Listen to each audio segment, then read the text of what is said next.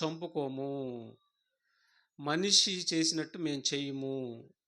మనిషి జ్ఞానం లేనివాడిగా ఉన్నాడు. మేము జ్ఞానం గలవారము. మనిషికి బుద్ధి లేదు.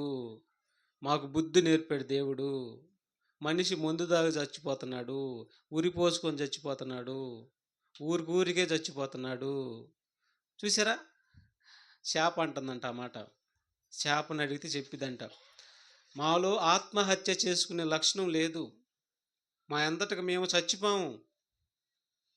మీరు చంపుకొని తిన్నదాకా మేము చచ్చిపోం. ఈ జీవితం వేస్ట్ అని మేము చావం. కానీ మమ్మల్ని చూసి నేర్చుకోవాల్సింది, మనుషులు నేర్చుకోవాల్సింది, మాలో లేని లక్షణం మనుషుల్లో ఉన్నది ఆత్మహత్య చేసుకునే లక్షణం, తను తాను చంపుకునే లక్షణం. చూసారా ప్రేమ దేవుడి బిడ్డలారా? తను తాను చంపుకునేటటువంటి లక్షణము జంతువుల్లోనూ పక్షుల్లోనూ లేనటువంటి లక్షణము మనుషుల్లోకి వచ్చేసింది. ఎందుకు చచ్చిపోతున్నాడు? ఎందుకు ఆత్మహత్య చేసుకుంటున్నాడు అంటే చిన్న చిన్న రీజనాలు అండి, చిన్న రీజన్లు చెప్తా ఉంటాడు. ఏమని? ప్రేమ విఫలమైందని. చూసారా? ప్రేమ విఫలమైందని, తర్వాత అప్పుల పాలు అయిపోయానని. చూసారా? అప్పుల పాలు అయిపోయానని, నేను కోరుకున్నది నేను సంపాదించలేకపోయానని. ఇక చెప్పగలిగితే అనేకమైనవి ఉండి, నన్ను అవమానపరిచారని, నన్ను నిందించారని, నన్ను మాట అన్నారని. చూసారా? ఈ విధంగా చిన్నదానికే ఈనాడు ఊరకనే చచ్చిపోతున్నాడు మనిషి. ఈ బుద్ధి ఎవరికి లేదు? ఈ అజ్ఞానము ఎవరికి లేదు? చేపకు లేదు, సింహానికి లేదు, పిల్లికి లేదు, బల్లికి లేదు, పక్షులు దేనికి లేదు, 84 లక్షల జీవరాశులు లేదు. ఈ దుర్గుణం ఎవరికుంది? మనిషికి ఉంది. అందుకే అంటున్నాడు, జంతువులు 84 లక్షల జీవరాశుల్లో లేనటువంటి ఈ దుర్గుణము, తను తాను చంపుకునే గుణము, ఆత్మహత్య చేసుకునే గుణము, పక్షుల్లో జంతువులు లేని గుణము ఈ మనిషిలోకి వచ్చేసింది. చూసారా? మనుషుల్లోకి వచ్చేసింది అంటున్నాడు. మృగముల్లో లేని గుణం మనుషుల్లోకి వచ్చేసిందని చెప్తున్నాడు. మత్తయి సువార్త 27:5 మత్తయి సువార్త 27:5. అతడు ఆ వెండి నాణెములు దేవాలయంలో పారవేసి పోయి ఊరి పెట్టుకొనెను. ఎవరు? ఇస్కరియోతు యోధా. ఎవరు అతను? 12 మంది శిష్యుల్లో ఒకడు. 12 మంది శిష్యుల్లో ఒకడు పోయి ఉరిపోసుకొని అంతవరకు బోధ చేశాడు, అంతవరకు స్వస్థతలు చేశాడు, అంతవరకు సూచక్రియలు చేశాడు, అంతవరకు అద్భుతాలు చేశాడు. అంత చేసినటువంటి ఈ 12 మందిలో ఉన్నటువంటి ఇస్కరియోతు యోధా మరి పోయి ఉరిపోసుకొని చనిపోయాడు. ఈ లక్షణం ఎవరిలో లేదు? 84 లక్షల జీవరాశుల్లో ఈ లక్షణము లేదు. మరి వీటిల్లో ఎందుకు వచ్చింది? చూసారా?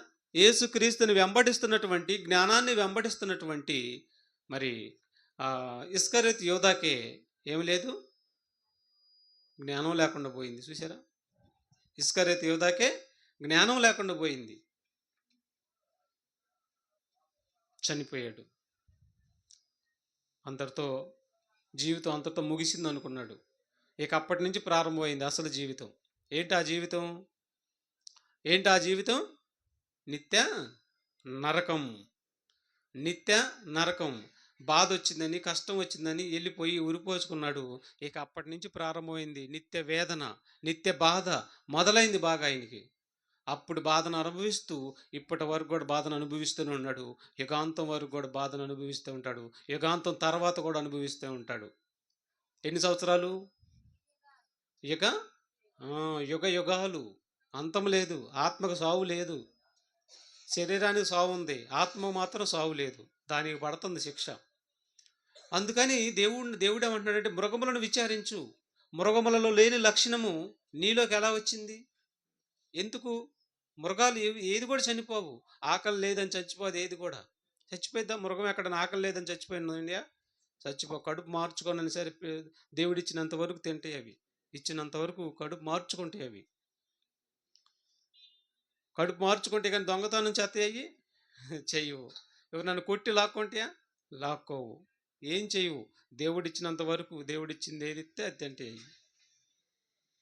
కానీ మనిషి మాత్రం మృగములలో లేనటువంటి లక్షణము మనిషిని సంక్రమించింది, మనిషిని ఆవరించేసింది. చిన్న వాటికి మొదటి సమయాలు చూడండి ఒకసారి. 2 సమయాల గ్రంథము 17:23 వచనం. 2 సమయాల గ్రంథము 17 అధ్యాయము 23 వచనం. అహితోపేలు తాను చెప్పిన ఆలోచన జరగకపోవుట చూసి గాడిదకు గంత కట్టి ఎక్కి తన ఓరనున్న తన ఇంటికి పోయి తన ఇల్లు చక్కబెట్టుకొని. ఇదేంటండి? తన ఇల్లుని చక్కబెట్టుకున్నాడా? చచ్చిపోయేవాడు చక్కబెట్టుకోవటం ఏంది? చూసారా, ఇల్లు అంతా చక్కబెట్టుకున్నాడు. చక్కబెట్టుకొని ఏం జరగలేదని ఊరి పోసుకొని చచ్చిపోయాడు. తన ఆలోచన జరగకపోవట చూసి పోయి ఏం చేసుకున్నాడు? ఊరి పోసుకొని చనిపోయాడు.